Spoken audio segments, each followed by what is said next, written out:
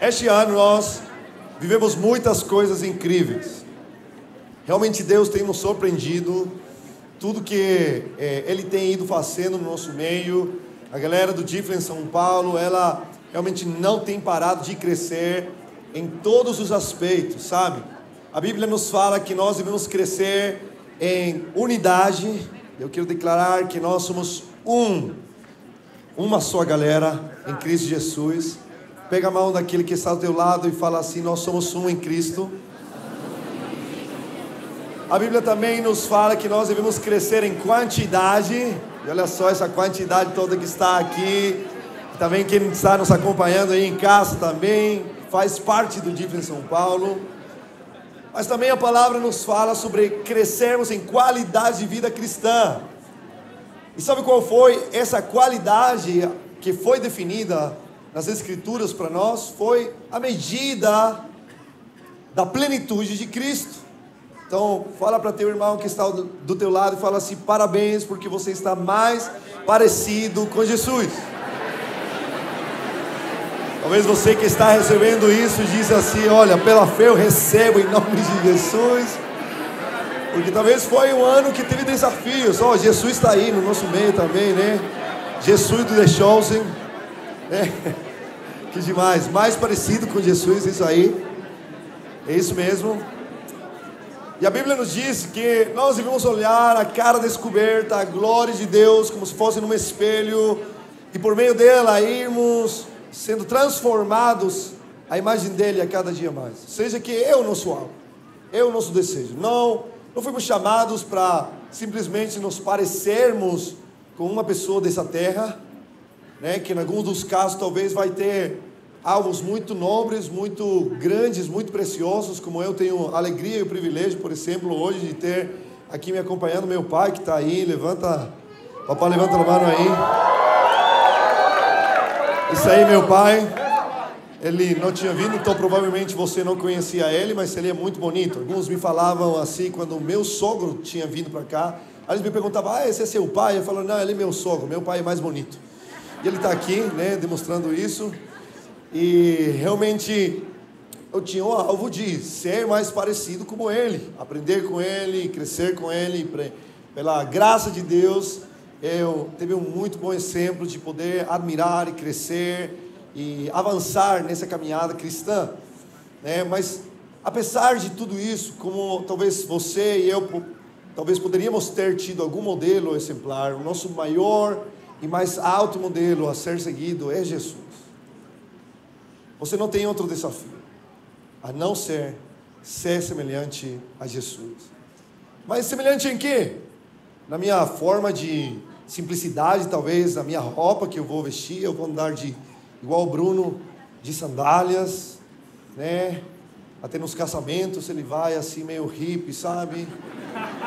Né? Ele tem o seu estilo. Eu gosto demais da sua criatividade e sua forma de ser. Ou talvez, igual o Mateus, que deixa o cabelo longo assim, para parecer mais ungido, né? Igual Jesus, com certeza. Mateus é o nosso Jesus aqui no Difflin São Paulo. Levanta a mão, Mateus. Solteiro ou já não mais? Não. Já de compromissado, né? Compromissado. Esquece, gente, esquece. Deus vai te dar outro Jesus por aí. Mas, realmente, não tem a ver com essas coisas externas, mas sim com o coração dele. O coração dele.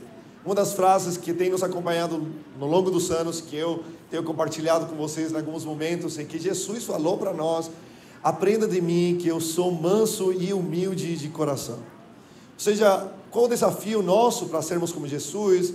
Tem a ver com o nosso coração, de nos tornar cada vez mais parecidos com Ele, em humildade e mansidão.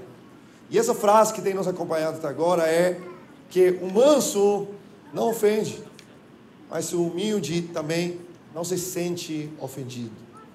Quantos aqui já se sentiram ofendidos por alguma coisa que o teu pai, teu irmão, teu professor, teu marido, tua namorada fez? Quem já se sentiu ofendido? Quem não levantou a mão está pecando de mentiroso. Todos nós já nos sentimos ofendidos alguma vez, né? Mas deixa eu te dizer que você então Quebrou essa ideia de ser humilde como Jesus, porque humilde não se sente ofendido. Agora, quem já ficou com vontade de devolver aquela coisa que aquele cara, que aquela mulher fez comigo? Vamos ser sinceros, quem já devolveu com a mesma moeda? Eu já. Fala assim, quando você não está dirigindo aí, me perdoe os motoqueiros, tá? Fica bucinando, e de repente sai daí esse moleque, você não fica assim tentado em reagir de alguma maneira com eles, não é verdade? Né? Com aquelas pessoas que você mais ama, muitas vezes são as que mais conseguem chegar no teu coração e tocar o teu orgulho, e você querer sair, né? Explodir, reagir. Mas vou te falar, não faz parte do caráter de Cristo. E você e eu podemos achar um monte de justificativas para não ser mansos, não ser humildes, mas na realidade não existe nenhuma outra justificativa a não ser aquilo que Jesus estabeleceu na cruz, dando a sua vida para se tornar o nosso modelo, que nós devemos assumir, que então fomos chamados, sim, para seguir o seu caráter, o seu comportamento, a sua forma de pensar, a sua forma de sentir, a sua forma de reagir. Mas isso é impossível, eu não sou Jesus, pastor. Esse aqui é o problema muitas vezes. A gente aceita uma mentira na nossa cabeça, acreditando que, porque nós supostamente não somos Jesus, então não temos como nos comportar como Ele. Mentira do diabo. Porque você e eu estamos cheios de Cristo no nosso interior, desde o dia que entregamos a nossa vida para Jesus. E temos toda a autoridade, somos um com o Espírito Santo. E se, enquanto você continua justificando que você não pode ser como Jesus, você nunca será como Jesus. Mas o dia que você se apropria da verdade, que Cristo habita em você, e que você é um com Cristo Jesus, e que em Cristo todo nós podemos, e nele todo nós podemos vencer, então você e eu nos tornamos mais e mais a sua semelhança. Agora, isso aqui não tem a ver com vamos contar até 10, que eu não vou reagir. Não é a capacidade humana, não é a condição do homem que consegue alcançar aquilo, é a obra do Espírito Santo. Sabe, eu lembro literalmente, como se fosse ontem, mas já devem ter passado mais de 15 ou 20 anos, quando de repente um dia eu estava assim, meio na minha carne, sabe? Carnal, o que é de ser carnal, pastor? Só essa ideia. Quando você é levado pelas suas emoções, pelos seus desejos pessoais, e não filtra eles por meio do filtro da palavra. Você se deixa levar. Ah, mas eu sou assim. É assim, não, você era assim. Agora você não é mais assim. Agora você é filho de Deus. E eu lembro quando nesses dias, às vezes eu estava assim meio carnal, querendo reagir, respondendo de maneira errada. E meu pai falava, ele só colocava sua mão aí nas minhas costas e fazia assim. Eu entendia na hora. É assim, vai orar. Está muito na carne. Pior que ele fazia de uma maneira tão tranquila que era mais irritante ainda. Eu entendi a mensagem na hora. Talvez a minha mente naquela hora tentava justificar de uma ou outra maneira, mas não tem como fugir, não tem outra forma a não ser buscar a sua face, ficarmos frente a frente com Ele e deixar a sua presença nos invadir. Agora, Jesus, quando Ele veio na terra, é incrível demais, Ele sendo Deus, sabendo de todas as coisas, Ele viveu toda a sua criança, a sua parte de criança, a sua parte de adolescência, a sua parte da juventude. E quando Ele chegou aproximadamente uns 30 anos, então já feitos, Ele cumpriu já os seus 30 anos, então Ele foi batizado. João Batista batizou Ele, e aí se abriram os seus, uma pomba desceu, e uma voz falando, esse é meu filho amado, hein? É o quê? Tenho prazer. Até agora a Bíblia não falava nada sobre que ele tinha feito milagres, grandes pregações, louvores que ele tinha cantado, incríveis demais, e não tinha feito nada demais. A Bíblia é a única coisa que relata que quando ele estava aí no templo, aos 12 anos, falando das Escrituras, e nos negócios do seu pai, tudo aquilo, mas não fala muito mais. Mas Deus já estava provando ele, e falando ele, e nele eu tenho prazer. Cara, o que Deus achou prazer em Jesus, para poder de ser aquilo? O que a gente não conhece da vida de Jesus naquela hora? Sabe o que eu acredito? É que Deus estava provando ele, o que realmente ele mais se importa de ver na nossa vida. Aquilo que os homens não veem nos palcos, aquilo que os homens não veem no Instagram, aquilo que os homens não conseguem ver nas redes sociais, aquilo que a tua boca não fala, mas que é o teu dia a dia e o testemunho vivo de quem realmente você é no segredo. Aquele teu caráter, quando você está sozinho e ninguém te vê, quando você está a portas fechadas, quando ninguém pode te julgar ou ver realmente as tuas reações. Deus tinha visto Jesus toda a sua vida, antes dele ir para o ministério, e Deus estava aprovando Jesus, dizendo: a sua forma de caminhar até agora, meu filho, a sua forma de viver, a sua forma de ser filho, a sua forma de ser cidadão, a sua forma de ser estudante, a sua forma de ser trabalhador, a sua forma de se relacionar com as pessoas, cara, você me agrada demais. Mas até agora ele não tinha pregado, nem feito nenhum milagre, nem nada daquilo. É porque Deus estava realmente olhando o coração de Jesus. Deus está olhando para os nossos corações, e Ele está querendo ver a sua imagem, a imagem de Jesus aqui impregnada no nosso peito, no nosso ser, nas nossas palavras, nos nossos pensamentos, nas nossas reações, e Ele poder dizer, como um dia falou para Jesus: esse é meu filho amado em quem eu tenho prazer. Não por aquilo que nós fazemos para Deus, mas sim para aquilo que nós somos em nosso interior para com Deus. Jesus começa o seu ministério aprovado pelo Pai, ele vive toda a justiça, é batizado, e logo começa, sem perder tempo, a pregar uma mensagem que não foi a mais faranduleira de todas, a mais atraente talvez: venha que eu darei todas as riquezas para aquele que vier, venha a mim, pare de sofrer, eu vou resolver todos os seus problemas. Está doente, eu curarei você.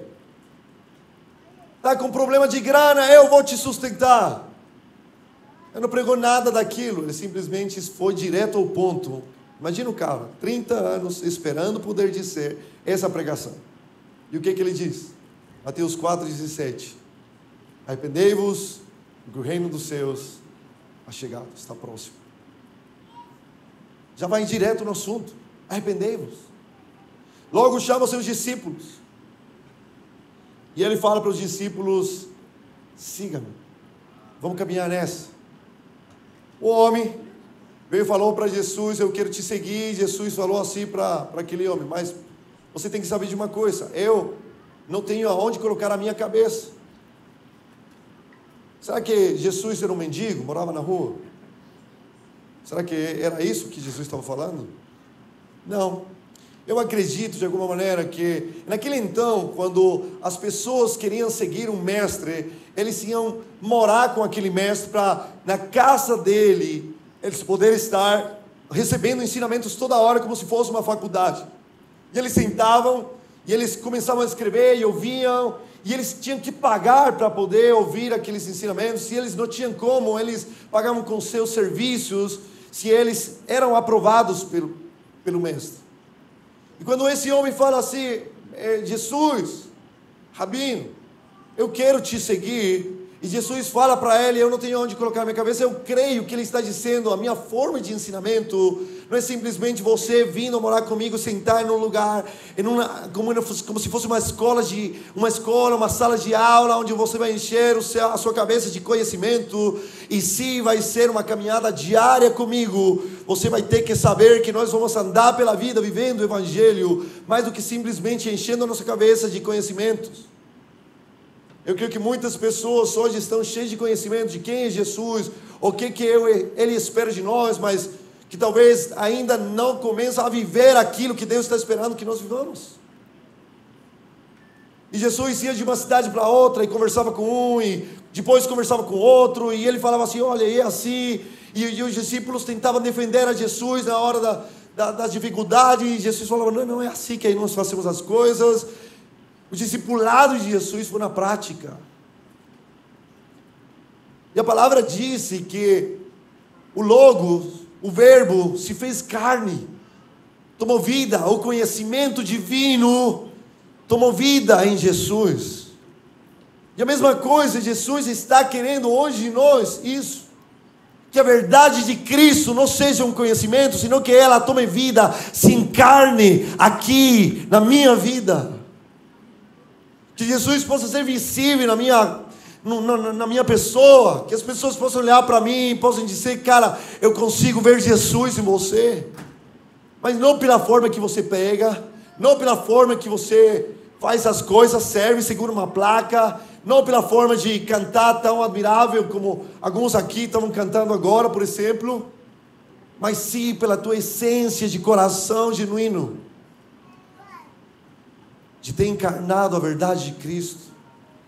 E sabe, eu quero declarar que esse ano, 2023, você vai ser uma pessoa que vai ter mais revelação de Cristo sobre a tua vida, e que ela não simplesmente será conhecimento, senão que ela será viva em você, viva em você. O sangue de Jesus correrá pelas tuas veias, as palavras de Jesus estarão bombardeando a tua mente, e só isso sairá pela tua boca. O teu coração queimará por aquilo que queima no coração do Pai, e a imagem de Jesus será mais visível do que nunca em você.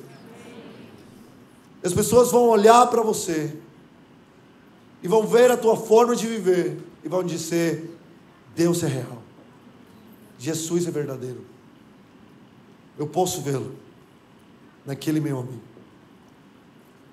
Jesus chama os discípulos para seguir Ele. E logo no versículo 23, Mateus 4, 23, quem já leu Mateus completo, do início ao fim? Os primeiros capítulos são chaves, porque é tudo sobre Jesus e os ensinamentos de Jesus. E o capítulo 5, 6 e 7, Sermão da Montanha, é um das pregações que nós temos que saber de cor. Temos que saber decorado, sabe, gente? E Jesus mostra aqui um pouquinho, antes de entrar nessa pregação, do coração que estava nele. Diz assim, Jesus foi por toda a Galileia, ensinando nas sinagogas deles, pregando as boas novas do reino, e curando todas as enfermidades e doenças entre o povo. O que me chama a atenção desse texto é que Jesus foi por toda Galileia. Sabe, Jesus estava em uma missão tão apaixonante, ele estava tão focado naquilo, que ele estava recorrendo toda a cidade de Galileia. Ele nos disse alguns lugares, ele disse toda a cidade de Galileia. E o que ele fazia? Turisteava, tirava foto, selfie. Gente, estou aqui agora e tal, né? Não, ele estava, disse o texto, ensinando, pregando as boas novas, que é diferente, né? Ensinando para aqueles que já tinham entregado sua vida para Jesus de alguma maneira, e estava, né, ensinando as verdades do reino, mas também nas sinagogas no sentido de evangelismo, trazendo renovação da mente, das verdades que tinham sido ensinadas, pregando as boas novas, alcançando novas vidas. E logo disse, curando todas as enfermidades, doentes entre o povo. Então ele ia por todo lugar fazendo essas coisas. Mas depois a gente vê que esse desejo foi crescendo nele, foi espalhando ele. Mateus 9, 35 em diante, volta a dizer algumas palavras muito similares, mas olha só, amplia a visão. Diz: Jesus ia passando por todas as cidades e povoados, ensinando nas sinagogas, pregando as boas novas do reino e curando todas as enfermidades e as doenças. Ou seja, que Jesus não ficou só na Galileia. O cara queimava por alcançar vidas, e ele então começou a recorrer, a passar, a visitar todas as cidades e povoados, levando o evangelho do reino e a demonstração poderosa dele, com curas e milagres. Por onde ele ia, ele levava o reino. Ele ia para a faculdade, levava o reino. Ele pegava o ônibus. Ele não tinha ônibus, gente, você entende, né? Estou falando de você. A gente vai pelo ônibus levando o reino. A gente vai para a faculdade levando o reino. A gente vai para o trabalho levando o reino. A gente vai pegar todo lugar que a gente está, levando o reino. Está em casa, levando o reino. Em casa, o melhor lugar que nós temos que levar o reino. Mas logo Jesus continuava dizendo: ao ver as multidões, teve compaixão delas, porque estavam aflitas e desamparadas como ovelhas sem pastor. Jesus estava cheio de compaixão. Ele não olhava para as multidões pensando: esses caras estão perdidos, não tem nada o que fazer, já era para eles, olha só a rebeldia, a anarquia, essa juventude de hoje não tem jeito, e blá, blá, blá, blá, e um monte de mentira que o diabo coloca na cabeça e coração das pessoas sobre essa juventude de hoje. Mas você e eu somos testemunha viva que tem esperança sim para a juventude de hoje, aqui no Brasil e no mundo, porque se Jesus vem, é possível viver transformação. Se alguém aqui foi alcançado por Jesus, transformado por Jesus, tirado do buraco, levantado do chão, limpado, santificado, faz barulho aí onde você está, em nome de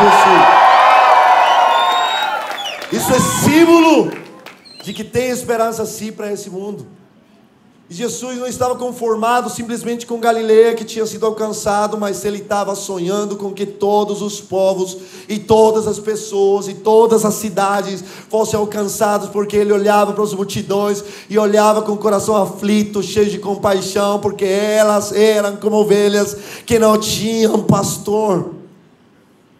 O coração dele queimava por alcançar essas vidas, ao ponto de dizer: gente, alguma coisa tem que ser feita. Olha só, eu estou fazendo a minha parte. Eu saí lá do céu, me encarnei, tomei forma de homem, não segurei ser igual a Deus. Eu vim aqui na terra, vivi todo o processo. Eu daqui a pouco vou estar morrendo também por eles. Vou salvar eles em nome do meu nome. Eu estou recorrendo todas, eu estou passeando por todas as cidades levando o evangelho. Mas é tanta gente, é tanta necessidade, alguma coisa tem que ser feita. E ele fala para os discípulos: então disse aos discípulos: a colheita é grande demais, mas os trabalhadores são poucos. Então ele fala para os discípulos: peçam, pois, ao Senhor da colheita que você envie trabalhadores para a sua colheita. Jesus estava falando assim: cara, é tanta necessidade que nós todos vamos ter que entrar no negócio. É tantas pessoas que precisam de salvação. São tantas as pessoas que ainda não foram alcançadas. Pessoas que você e eu conhecemos. Talvez da sua casa, da sua própria família, que ainda não foram alcançadas. Os seus amigos, os seus companheiros que ainda não foram alcançados. A juventude dessa nação que ainda não foi alcançada. E Jesus está dizendo para nós: temos que olhar com compaixão para eles. Temos que olhar com compaixão para eles e assumir. Temos uma grande tarefa pela frente, porque é preciso ser colhida. E no outro texto ele fala para os discípulos: vocês dizem que falta tanto tempo, mas eu vos digo, a colheita já está pronta para ser colhida. E às vezes nós pensamos em alguma hora eles vão entregar a sua vida para Jesus, mas Jesus de alguma maneira está nos dizendo: não vamos perder tempo, é agora para alcançar esse fruto. A única coisa que é preciso é que a gente entre em uma intercessão contínua ao Pai, para Ele levantar trabalhadores. Levantar trabalhadores. Mas sabe, eu acredito que quando Jesus fala para os discípulos naquela hora: vamos orar para que o Pai envie trabalhadores, de alguma maneira também estava falando para eles: bora assumir o desafio, galera. Bora assumir. E da mesma maneira eu quero te dizer hoje: vamos orar. Vamos orar por trabalhadores. Vamos orar para que Deus levante uma igreja poderosa, um exército jovem que se levante para poder ser resposta para essa geração nesse tempo.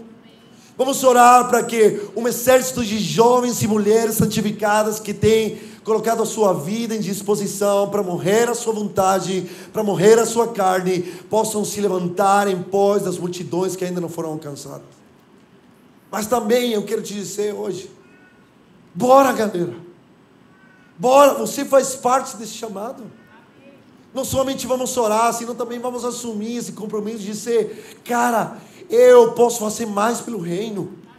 Cara, eu posso me negar mais a minha carne para fazer a vontade de Deus e ver a sua glória sendo manifesta nessa terra. Cara, eu posso me doar muito mais, eu posso visitar mais. Quando foi a última vez que você visitou alguém? Quando foi a última vez que você orou por um doente? Quando foi a última vez que você pregou do Evangelho a alguém que não te falasse diretamente, você é crente, e o que você prega? Sendo que você abordou, teve ousadia e coragem de compartilhar. Quando foi a última vez que alguém te falou, cara, você tem uma coisa diferente, hein? Qual é a tua aura? Qual é o teu negócio aí? Eu não quero condenar ninguém com isso. Todo contrário, eu estou dizendo, nós precisamos fazer mais. Eu preciso fazer mais.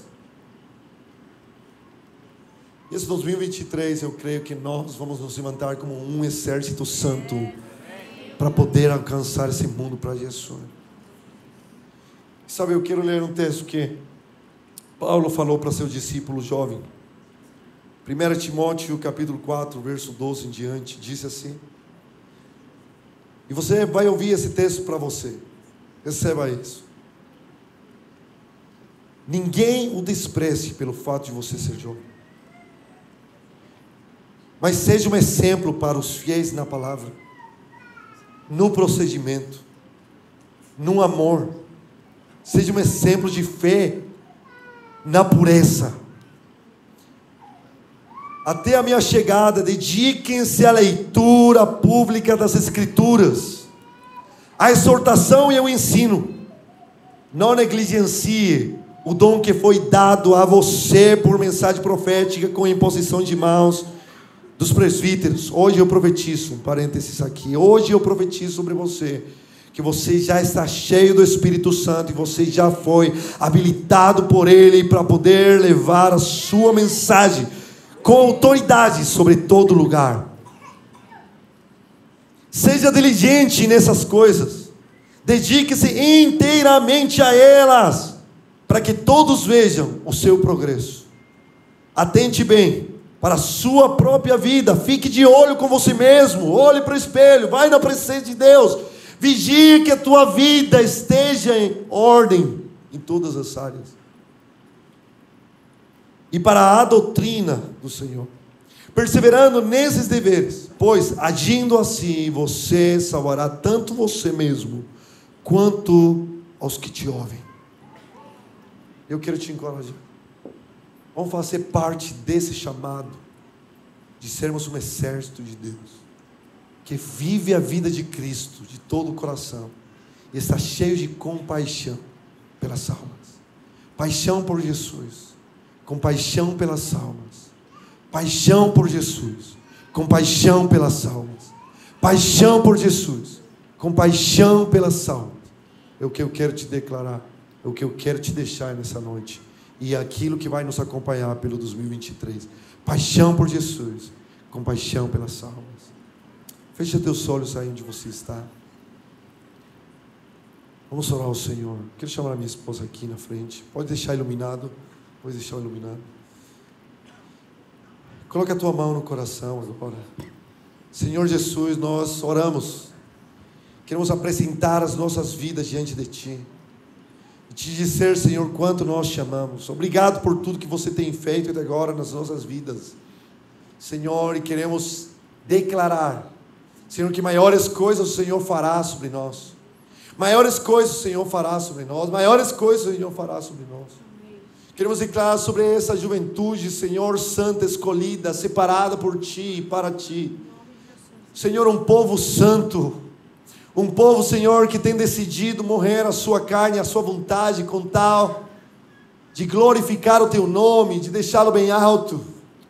Senhor, nós queremos profetizar que eles serão jovens, nós somos desde já pela fé, jovens fundamentados na Tua palavra, fundamentados na rocha. Não tem vento de doutrina nenhum que possa nos tirar da tua verdade. Não tem circunstância nenhuma que possa nos avalar e nos deixar fora da tua vontade. Senhor, e nós oramos por esse exército poderoso que hoje está se levantando em nome de Jesus, para levantar o teu nome em alto, para levar o teu nome em alto sobre essa cidade, sobre essa nação e sobre este mundo, e que vão levar com cheios de unção, cheios de paixão, cheios de compaixão, cheios do teu amor e do teu caráter e da tua verdade. Senhor, vão te representar e levar a tua mensagem. Amém, Senhor, eu quero orar por toda essa geração. Eu quero declarar, Senhor, que eles nunca se envergonharão do Teu Evangelho. Amém. Eles nunca, Senhor, sentirão vergonha de ser Teus filhos. Ao contrário, eles sentirão orgulho de poder levar Teu Evangelho, Senhor. De poder falar da Tua palavra, de poder fazer a diferença, Senhor, na sua escola, na sua faculdade, Senhor, no seu trabalho. Eles sentirão tanto prazer, Senhor. E eu oro por suas vidas, Senhor. Aqui nós não temos um ministério de uma estrela. Nós não temos um ministério, Senhor, onde alguém brilha. Senhor, é você que brilha no nosso meio, Senhor, e cada um de nós é que vai fazer a diferença nessa terra. E é isso que eu oro, Senhor, por teus filhos, para que eles possam entender o teu chamado e poder trabalhar como um bom obreiro, como uma pessoa, como um jovem, Senhor, que sabe que vai fazer a diferença nessa geração, que ele não vai transar com sua namorada, que ele não vai, Senhor, querer ir nas festas, nas baladas. Ele vai escolher por teu reino, Senhor, e ele vai saber que sua identidade, que a sua vida, Senhor, vale muito mais, Senhor, em ti, porque você já pagou um preço tão alto para nós poder experimentá-lo. Senhor, muito obrigada, Senhor, por cada um desses jovens, Senhor, apaixonados, Senhor, que eles disseram sim para teu ID, que eles disseram sim para ir fazer discípulos, Senhor, aonde eles foram, Senhor, como eles foram, Senhor, não é por causa deles, senão que apesar de nós que podemos fazer, Senhor. Muito obrigada, Espírito Santo, em nome de Jesus. Quem que crê, quero que levante sua mão em alto, quem que crê que Deus chamou para fazer a sua obra aqui nessa terra, que não depende de um homem, nem do pastor Evi, nem de nós, senão que de cada um de nós, que possa falar sim, eu aceito o chamado, Senhor, de ir de fazer discípulo nessa terra, de ir pregar o Evangelho, de ir falar para meus amigos que eu não me envergonho de Deus, senão ao contrário, eu sou feliz, tenho orgulho santo de poder ser filho do Senhor. Amém? Amém. Aplaude bem forte, Jesus. Aleluia.